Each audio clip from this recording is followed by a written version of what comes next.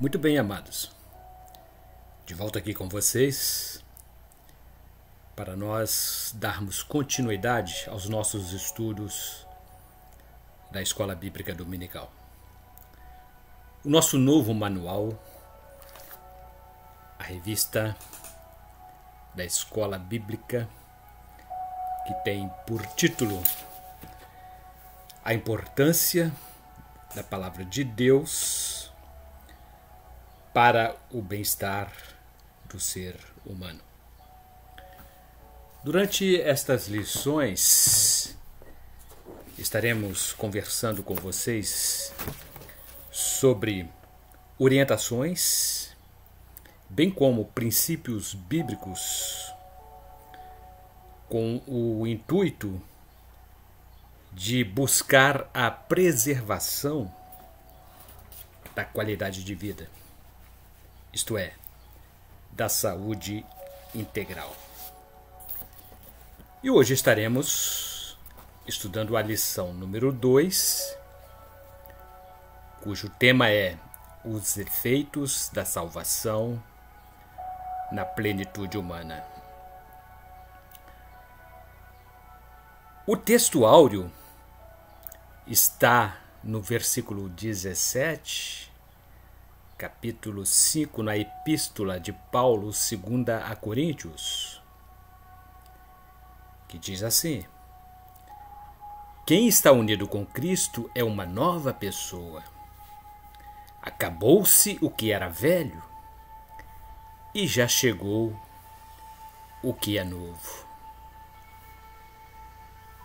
A primeira coisa que fica evidente é que quem está unido com Cristo torna-se uma nova pessoa, e isso só é possível se estiver em Cristo. O que significa estar em Cristo? Estar unido com Cristo é andar na companhia dele, sentir sua presença e compreender o sentido de se tornar um servo de Cristo. Isso tem o sentido de liberdade e não mais viver sob a escravidão do pecado. Porque ele mesmo disse: se o Filho os libertar, vocês serão de fato livres.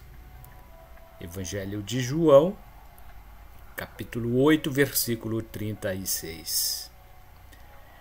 Paulo escreveu: pois sabemos que a nossa velha natureza pecadora já foi morta com Cristo na cruz, a fim de que o nosso eu pecador fosse morto, e assim não sejamos mais escravos do pecado. Romanos, capítulo 6, versículo 6. O processo de transformação em uma nova pessoa dá-se por tomar novos contornos operados pela palavra de Deus, ou seja, converter-se à sua soberana vontade. Portanto, abandonem tudo o que é mal, toda mentira, fingimento, inveja e crítica injustas.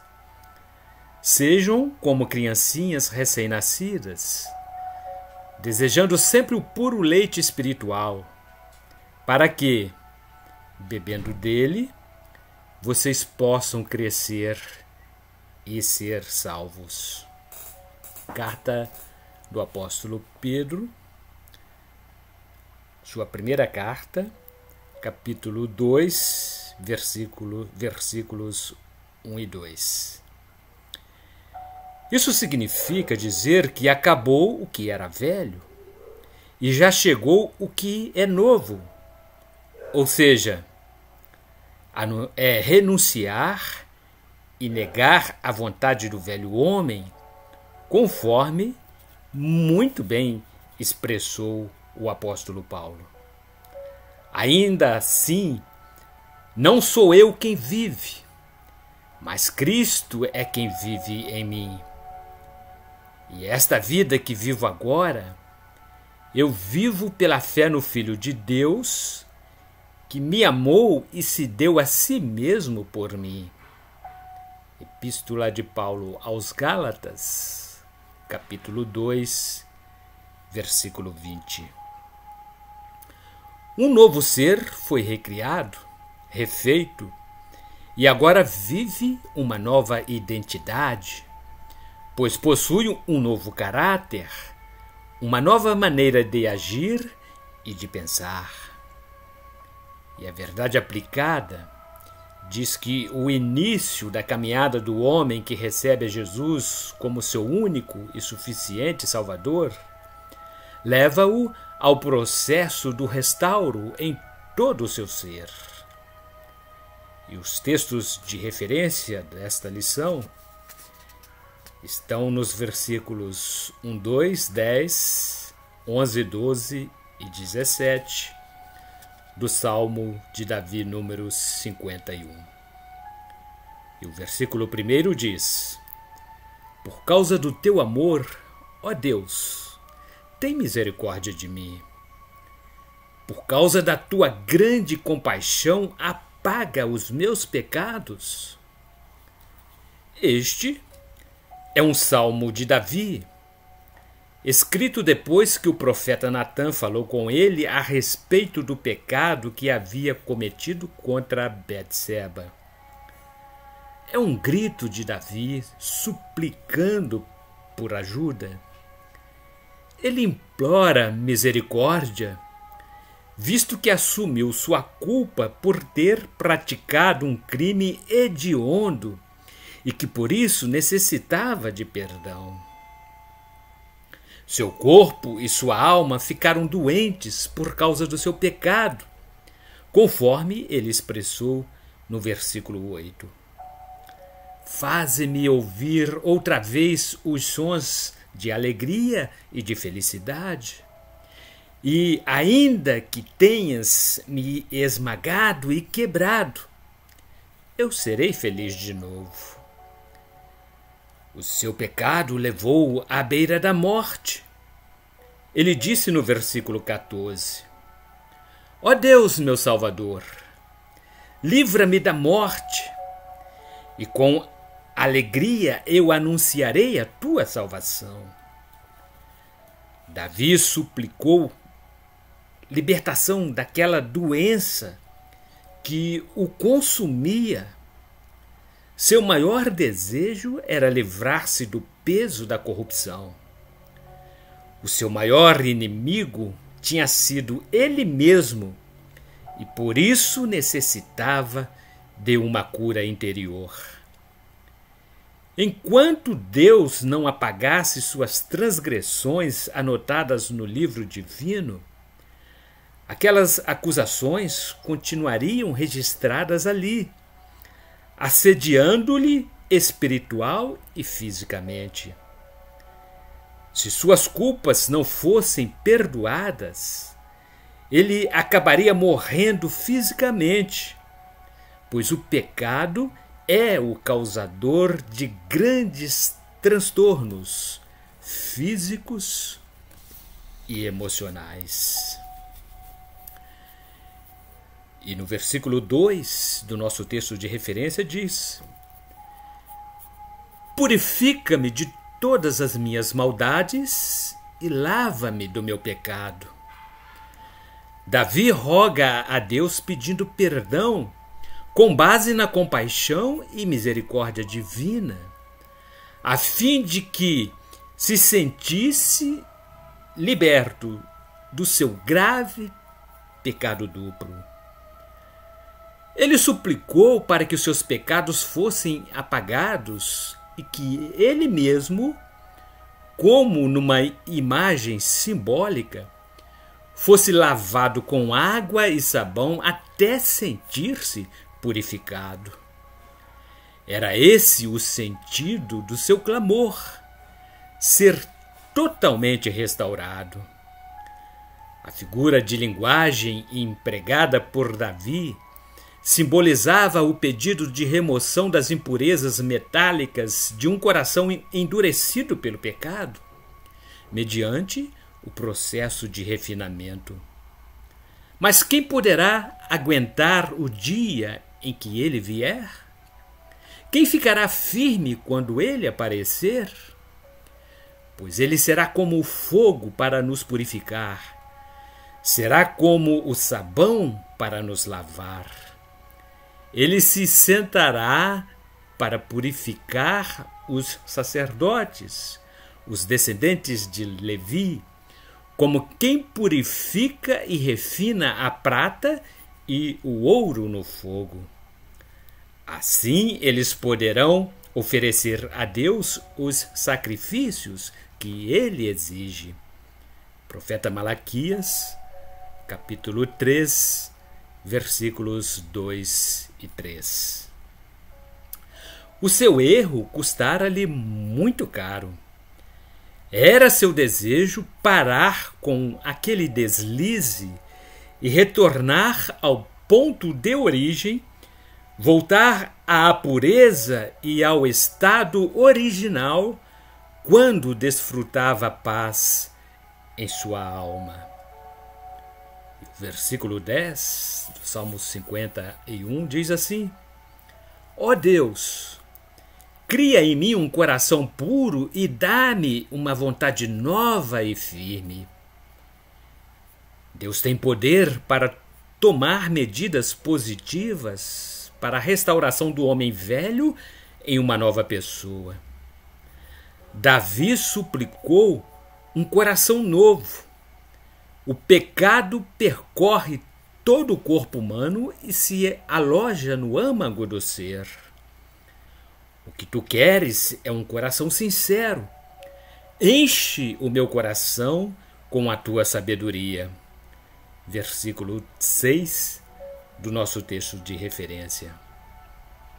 A purificação deve iniciar-se no coração, pois é dele que procedem os maus pensamentos que enfermam a alma e o corpo. Davi havia desviado-se de Deus em consequência dos seus pecados. Tornou-se frívolo e instável e se deixou levar por um caminho totalmente errado. Pediu a Deus que seus propósitos fossem refeitos e que voltasse a ser aquele homem leal de outrora. E o versículo 11 assim registra: Não me expulses da tua presença, nem tires de mim o teu espírito. A perfeita restauração exigia o retorno para a presença de Deus. Ter contatos pessoais de forma permanente, conforme ocorria antes do seu grave pecado. Livrar-se da culpa significava participar de elevadas experiências espirituais. A santificação é a condição sine qua non para o pleno desenvolvimento espiritual. Ter Deus presente na vida e participante das ações humanas é ter o Espírito Santo agindo no interior da mente. O Espírito Santo influencia interiormente e sua ação produz uma reação transformadora do ser. Sobre a nova aliança, Paulo assim se expressou: Portanto, todos nós, com o rosto descoberto, refletimos a glória que vem do Senhor. Essa glória vai ficando cada vez mais brilhante e vai nos tornando cada vez mais parecidos com o Senhor, que é o Espírito. 2 Coríntios, capítulo 3, versículo 18. E o versículo 12 do Salmo 51 diz: Dá-me novamente a alegria da tua salvação e conserva em mim o desejo de ser obediente. O homem regenerado pelo Espírito Santo encontra alegria na vida espiritual. Epicuro já dizia que os prazeres mentais são superiores aos prazeres físicos. Certamente, os prazeres espirituais são maiores que os prazeres mentais. A alegria é um dos aspectos do fruto do Espírito, conforme escreveu Paulo em sua carta aos Gálatas, capítulo 5, versículo 22. Mas o Espírito de Deus produz o amor, a alegria, a paz, a paciência, a delicadeza, a bondade, a fidelidade. O pecado havia furtado a alegria de Davi e, consequentemente, a sua aliança com Deus. O espírito voluntário desejado por Davi refere-se ao seu espírito renovado pelo Espírito Santo, com novos impulsos espirituais. E o versículo 17, ainda do nosso texto de referência, diz assim: Ó Deus, o meu sacrifício é um espírito humilde. Tu não rejeitarás um coração humilde e arrependido.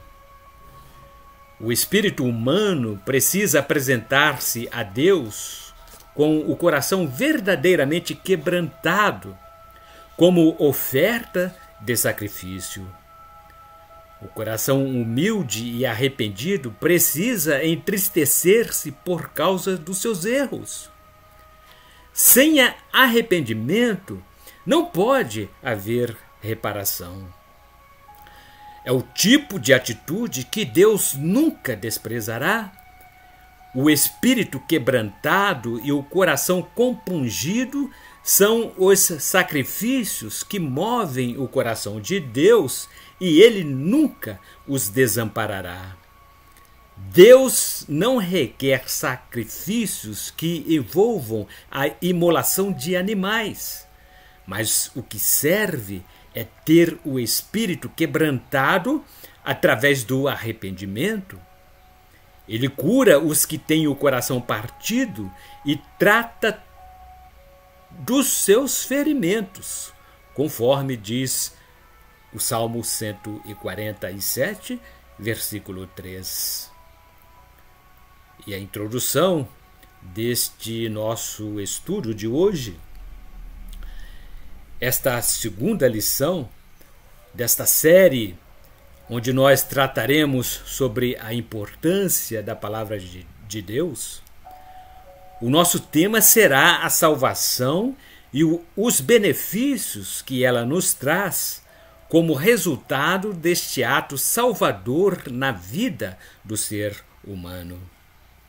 A salvação para a humanidade ocorreu mediante a morte expiatória de Cristo Jesus.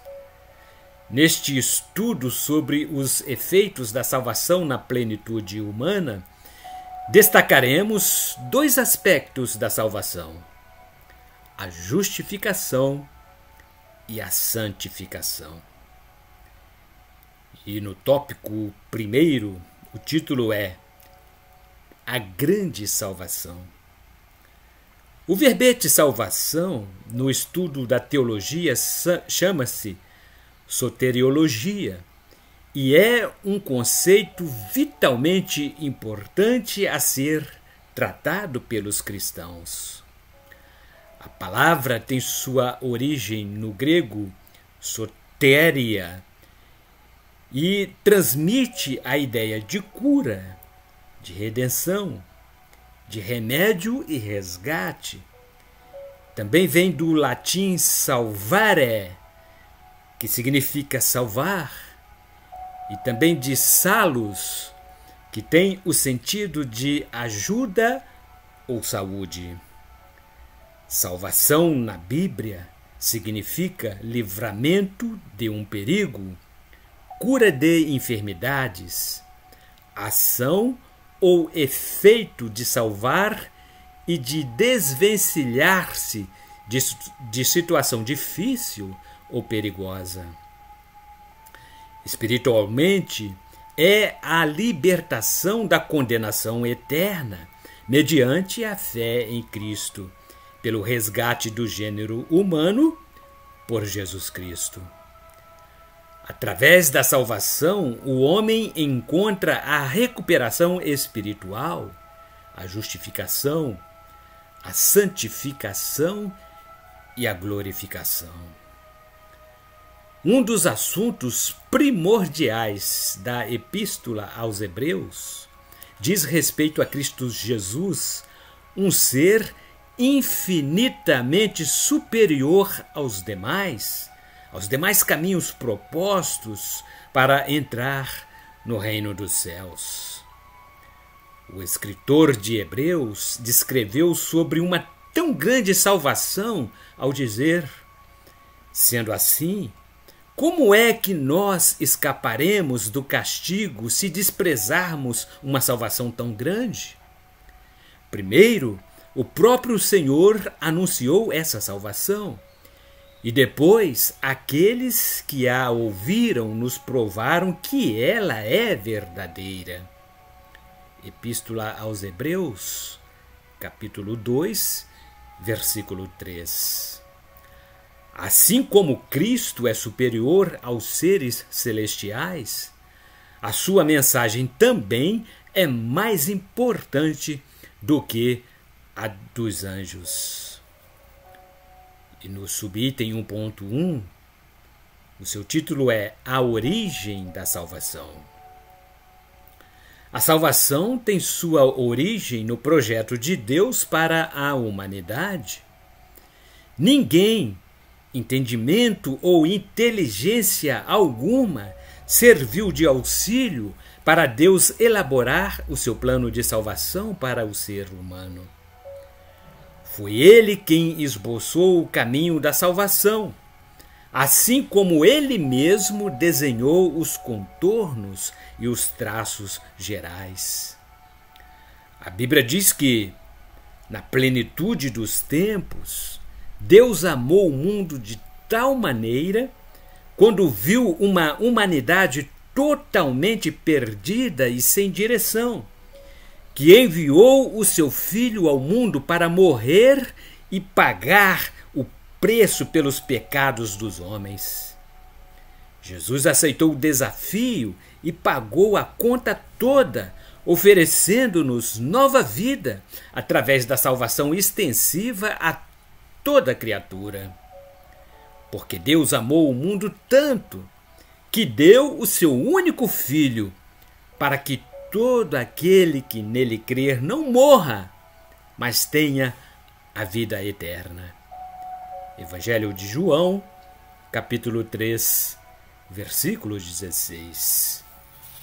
E o subitem 1.2, o título é A Natureza da Salvação. A natureza da salvação abrange os atos e os processos que envolvem a fé cristã. Abordaremos nesta lição a respeito da salvação, levando-se em conta os 3 tempos os quais a Bíblia se refere: o tempo pretérito, o presente e o futuro. No tempo passado, a Bíblia diz: nós fomos salvos. Quanto ao estado de culpável pelo pecado praticado, o cristão foi justificado por Cristo e liberto da maldição e da condenação da lei, conforme diz o apóstolo Paulo. Pois a lei do Espírito de Deus, que nos trouxe vida por estarmos unidos com Cristo Jesus, livrou você da lei do pecado e da morte. Está escrito lá em Romanos, no capítulo 8, versículo 2. E ainda, Epístola de Tito, capítulo 3, versículo 5, que diz assim: Ele nos salvou porque teve compaixão de nós, e não porque nós tivéssemos feito alguma coisa boa. Ele nos salvou por meio do Espírito Santo, que nos lavou, fazendo com que nascêssemos de novo e dando-nos uma nova vida. E o tempo presente, a palavra diz: estamos sendo salvos. Quanto à influência com o poder e a corrupção exercidos através do pecado, o cristão está em processo contínuo de santificação, de acordo com o que diz o apóstolo Paulo na Epístola 2 a Coríntios, capítulo 3, versículo 18. Portanto, todos nós, com o rosto descoberto, refletimos a glória que vem do Senhor. Essa glória vai ficando cada vez mais brilhante e vai nos tornando cada vez mais parecidos com o Senhor, que é o Espírito. E o tempo futuro, a palavra diz: seremos salvos. Na Epístola de Paulo aos Romanos, no capítulo 8, versículos 18 a 23, ele assim escreveu. Paulo, falando da glória futura, mediante a salvação absoluta, final e completa em Cristo. Escreveu ele: Eu penso que o que sofremos durante a nossa vida não pode ser comparado de modo nenhum com a glória que nos será revelada no futuro. O universo todo espera com muita impaciência o momento em que Deus vai revelar o que os seus filhos realmente são, pois o universo se torna inútil, não pela sua própria vontade, mas porque Deus quis que fosse assim. Porém, existe esta esperança. Um dia o próprio universo ficará livre do poder destruidor que o mantém escravo e tomará parte na gloriosa liberdade dos filhos de Deus. Nós também gememos dentro de nós mesmos, enquanto esperamos que Deus faça com que sejamos seus filhos e nos liberte completamente. O escritor da Epístola aos Hebreus também fez referência aos salvos em Cristo, dizendo: cada pessoa tem de morrer uma vez só e depois ser julgada por Deus. Assim também Cristo foi oferecido uma só vez em sacrifício para tirar os pecados de muitas pessoas. Depois ele aparecerá pela segunda vez, não para tirar pecados, mas para salvar as pessoas que estão esperando por ele. Epístola aos Hebreus, capítulo 9, versículos 27 e 28. E o subitem 1.3 tem por título A Eleição Divina. Este é um tema que, ao longo da existência da vida humana na Terra, tem se discutido. De acordo com o projeto de Deus sobre a eleição divina, é Ele quem dirige, executa e sustenta a salvação da alma do homem. O apóstolo Paulo escreveu que fomos eleitos por Deus com o propósito de enfatizar que a nossa salvação depende inteiramente dele. Ninguém é salvo porque é digno, mas porque a graça e o amor de Deus nos alcançou e nos deu a salvação. Nós somos capazes de exercer influência ou melhor dizendo, não somos capazes de exercer alguma influência na decisão firme de Cristo nos salvar, de nos dar, de nos trazer a salvação. Ele é o Deus Todo-Poderoso que nos liberta dos pecados de acordo com o seu plano de redenção.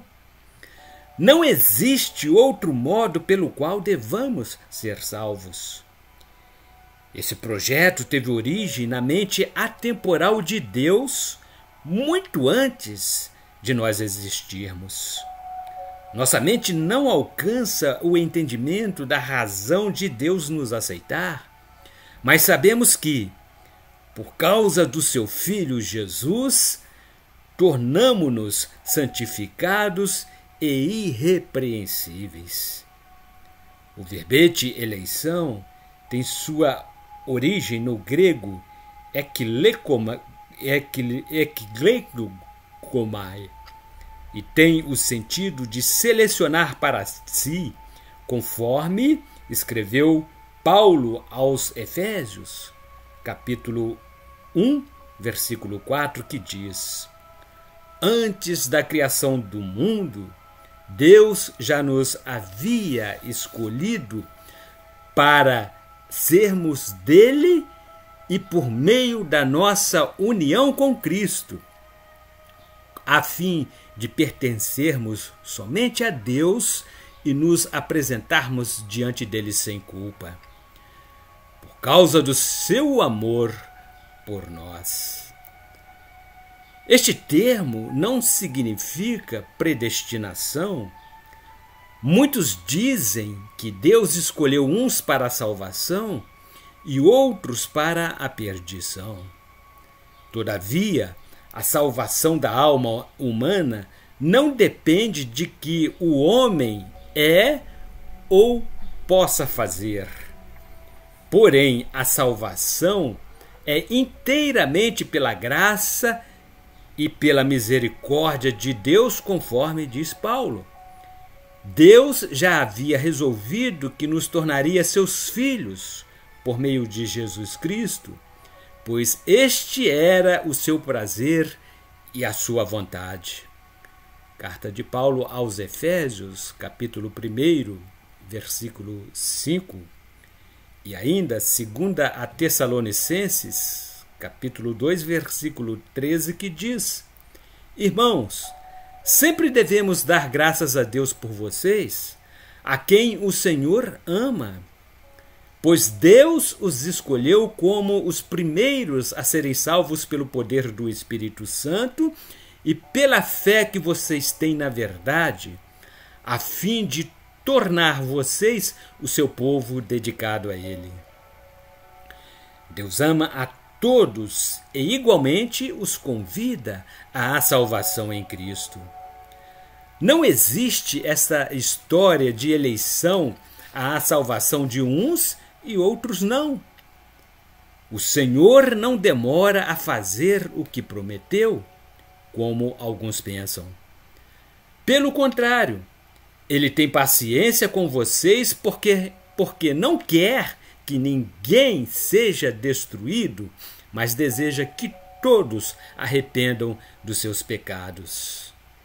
Epístola 2 a Pedro, capítulo 3, versículo 9. E o item 2 tem por título Resultados abençoadores da justificação. A regeneração opera mudança na natureza humana mediante a ação do Espírito Santo. Ele nos salvou porque teve compaixão de nós, e não porque nós tivéssemos feito alguma coisa boa. Ele nos salvou por meio do Espírito Santo, que nos lavou, fazendo com que nascêssemos de novo e dando-nos uma nova vida. Tito, capítulo 3, versículo 5. Ao passo que a justificação modifica a posição do ser humano diante de Deus, o sacrifício de Cristo na cruz para purificação dos nossos crimes, é a provisão de Deus para a garantia da nossa justificação diante de Deus. Deus ofereceu Cristo como sacrifício para que, pela sua morte na cruz, Cristo se tornasse o meio de as pessoas receberem o perdão dos seus pecados pela fé nele. Deus quis mostrar com isso que ele é justo. No passado, ele foi paciente e não castigou as pessoas por causa dos seus pecados. Mas agora, pelo sacrifício de Cristo, Deus mostra que é justo. Assim, ele é justo e aceita os que creem em Jesus. Romanos capítulo 3, versículo 25. Como resultado da justificação, Deus absolve o homem pecador, livrando-o da condenação eterna e o declarando justificado por Cristo. Assim, Deus chamou os que havia separado. Não somente os chamou, mas também os aceitou. E não somente os aceitou, mas também repartiu a sua glória com eles. Carta de Paulo aos Romanos, capítulo 8, versículo 30. E o subitem 2.1 tem por título Paz com Deus. A paz com Deus é o resultado dessa justificação operada pelo Espírito Santo na vida do ser humano. Não se trata de mera sensação de calmaria interior, mas de uma realidade objetiva e exterior. Deus declarou-se em guerra com a humanidade rebelde e pecaminosa. Por isso, quem crê no Filho tem a vida eterna.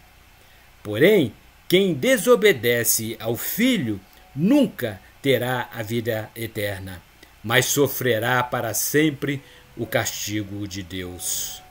Evangelho de João, capítulo 3, versículo 36.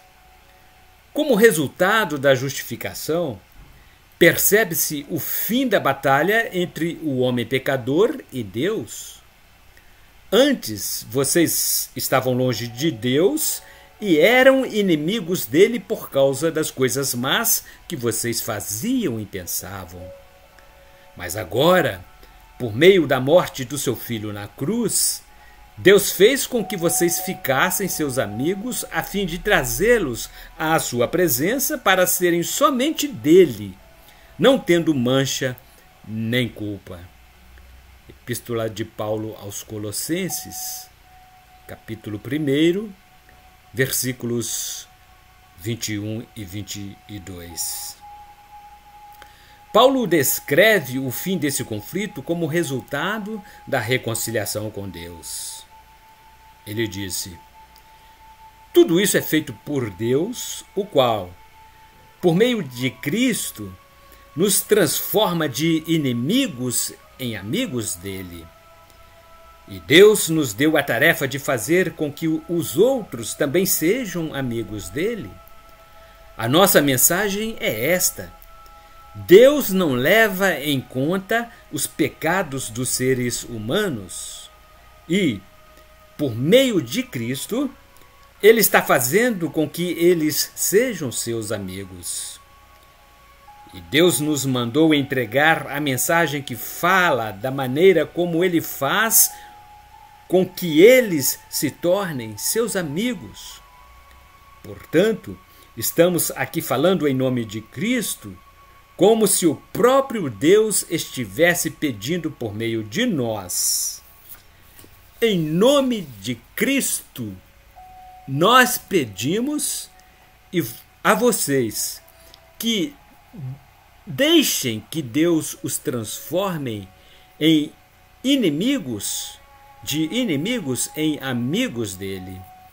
2 Coríntios, capítulo 5, versículos 18 a 20. Em Cristo, nosso Salvador, temos paz com Deus. Ter paz com Deus significa reconciliar-se com Ele. Esta paz só é possível porque Jesus pagou toda a nossa dívida na cruz do Calvário. Agora que fomos aceitos por Deus, pela nossa fé nele, temos paz com Ele por meio do nosso Senhor Jesus Cristo.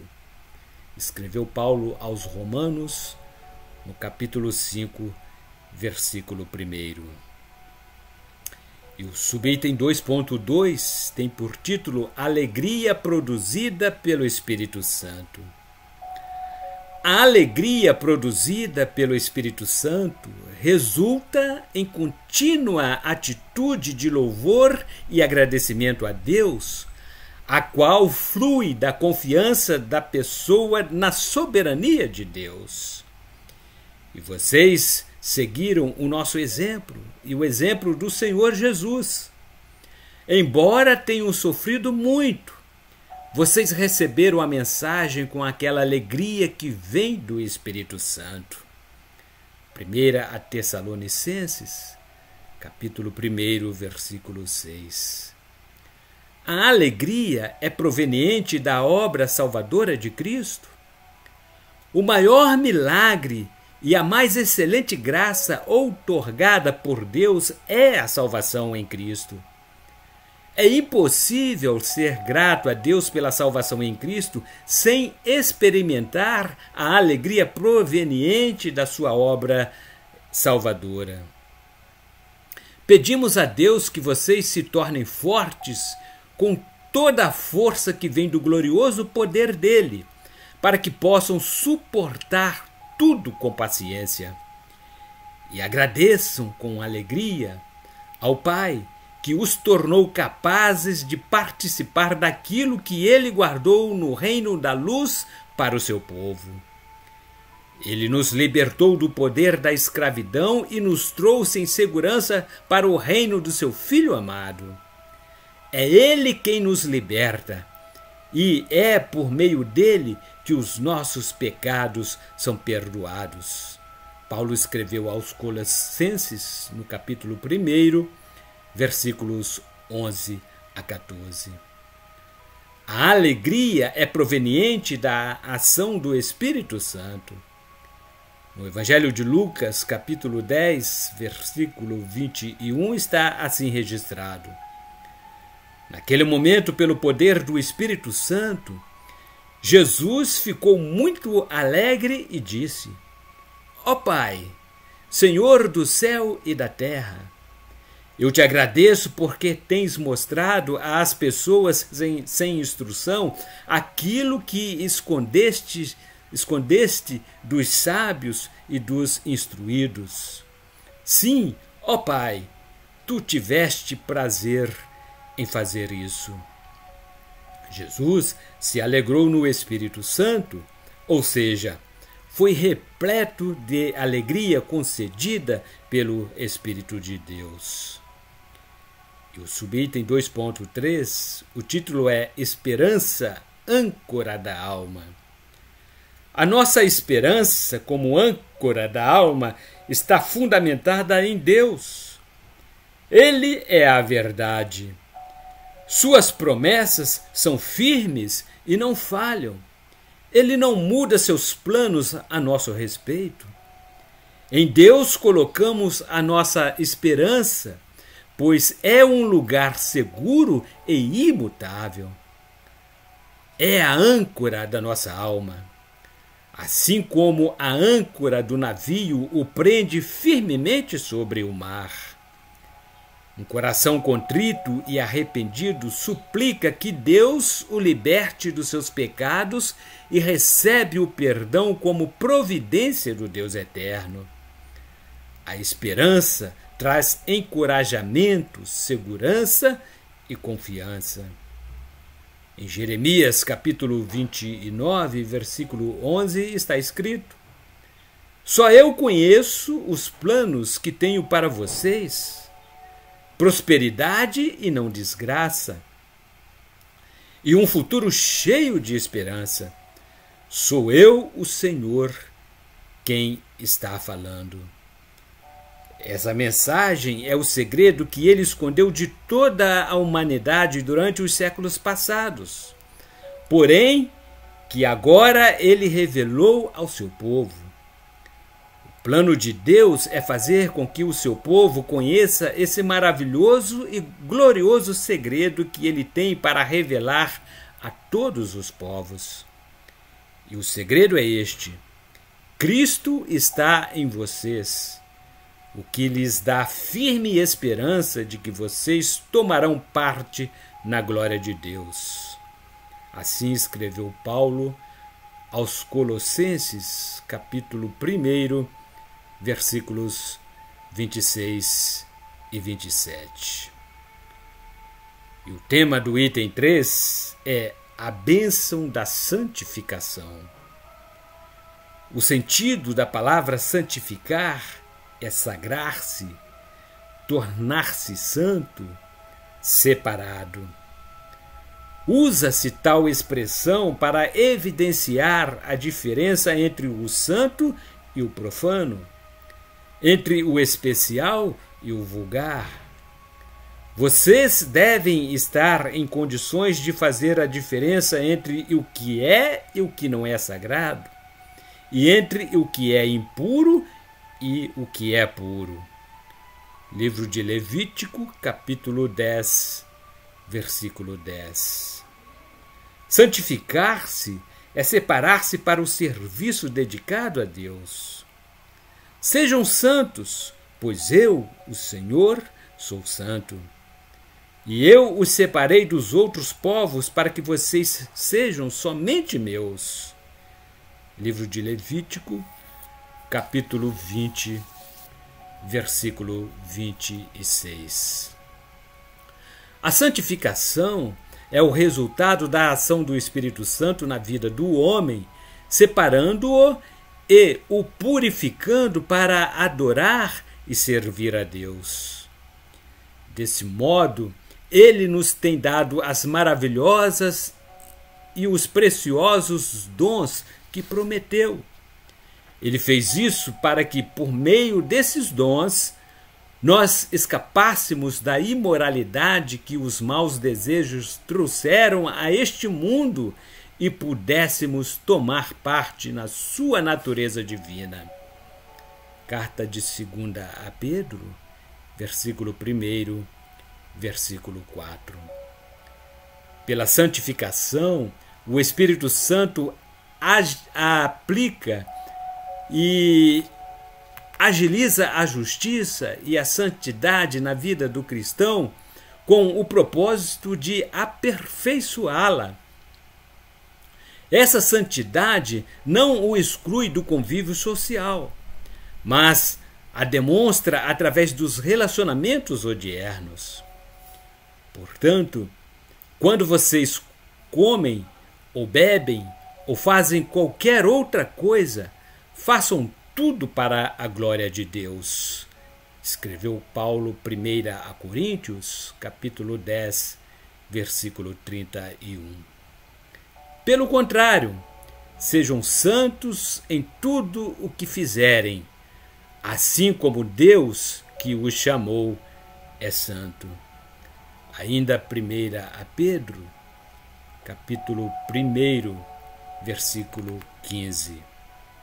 Não é suficiente abandonar a conduta da vida do velho homem. Também é necessário viver a nova vida em Cristo. Assim, quando fomos batizados, fomos sepultados com Ele por termos morridos junto com Ele. E isso para que, assim como Cristo foi ressuscitado pelo poder glorioso do Pai, assim também nós vivamos uma vida nova. Epístola de Paulo aos Romanos, capítulo 6, versículo 4. E no tópico 3.1, o título é Deus é Santo.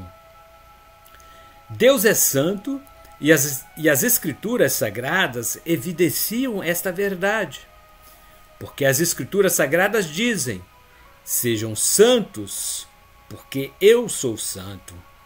Primeira a Pedro, capítulo 1, versículo 16. A santidade de Deus revela a sua pureza moral. Ele não pode pecar nem tolerar o pecado. Deus é perfeito e eterno. O homem é mortal e imperfeito. Deus é divino. O homem é humano. Deus é um ser moralmente perfeito, enquanto o homem é vil e pecaminoso. A santidade é um atributo que faz a distinção entre Deus, o Criador, e o ser humano, a criatura. Deus é santo. A santidade não é o único atributo de Deus, mas descreve a natureza divina da sua pessoa. E no subitem 3.2, o título é O Homem e a Natureza Caída. Deus criou o homem perfeito, mas ele perdeu o estado de perfeição por causa do seu pecado. E para Adão, Deus disse o seguinte: você fez o que a sua mulher disse e comeu a fruta da árvore que eu proibi de comer.